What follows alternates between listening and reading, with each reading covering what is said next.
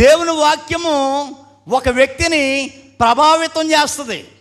దేవుని వాక్యము ఒక వ్యక్తిని ఆలోచింపజేస్తుంది.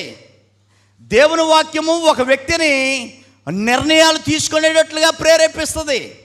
దేవుని వాక్యము ఒక వ్యక్తిని నవ్విస్తుంది. దేవుని వాక్యము ఒక వ్యక్తిని ఏడిపిస్తుంది, అంటే భావోత్ప్రాణానికి పొందే ఆ భావప్రాప్తి కలిగిస్తుంది. దేవుని వాక్యము ఒక వ్యక్తిని దేవుని కుమారుడిగా, దేవుని కుమార్తెగా బ్రతకడానికి కావలసినటువంటి కొత్త నిర్ణయాలు తీసుకునేలా చేస్తుంది.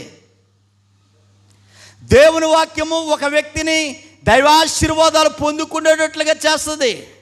దేవుని వాక్యము ఒక వ్యక్తిని చీకటిని విడిచిపెట్టేలాగా చేస్తుంది. దేవుని వాక్యము ఒక వ్యక్తిని దేవునికి మరింత దగ్గర చేస్తుంది. దేవుని వాక్యము ఒక వ్యక్తిని ఈ లోకంలో స్పెషల్గా, ప్రత్యేకంగా బ్రతికేలాగా చేస్తుంది.